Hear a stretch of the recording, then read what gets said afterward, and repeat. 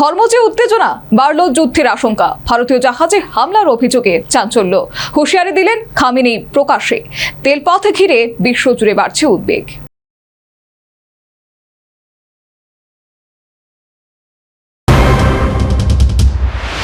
Hormuz প্রণালীকে ঘিরে ফের তীব্র উত্তেজনা তৈরি হয়েছে। ভারতীয় পতাকাবাহী তেলবাহী জাহাজে হামলার অভিযোগ ওঠার পর আন্তর্জাতিক মহলে চাঞ্চল্য ছড়িয়েছে। তার মধ্যেই কড়া বার্তা দিলেন মোস্তাফা খামেনি। শনিবার ইরানের সেনা দিবস উপলক্ষে দেওয়া বার্তায় তিনি বলেন, শত্রুদের উপর বিদ্যুৎ গতিতে হামলা চলবে। আরও দাবি করেন, ইরানের নৌবাহিনী শত্রুদের পরাজয় স্বীকার করাতে প্রস্তুত এবং চরম আঘাত হানতেও সক্ষম। তার এই মন্তব্যকে ঘিরে নতুন করে উদ্বেগ বাড়ছে।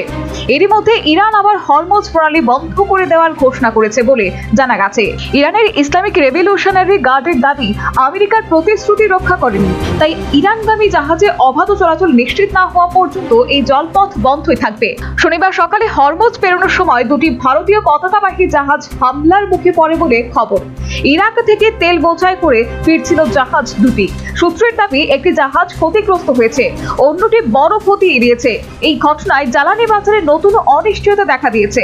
আন্তর্জাতিক বাণিজ্য, তেল সরবরাহ এবং সামুদ্রিক নিরাপত্তা নিয়ে প্রশ্ন উঠছে। পরিস্থিতির দিকে নজর রাখছে বিশ্ব শক্তিগুলো। Bureau report, News vanguard.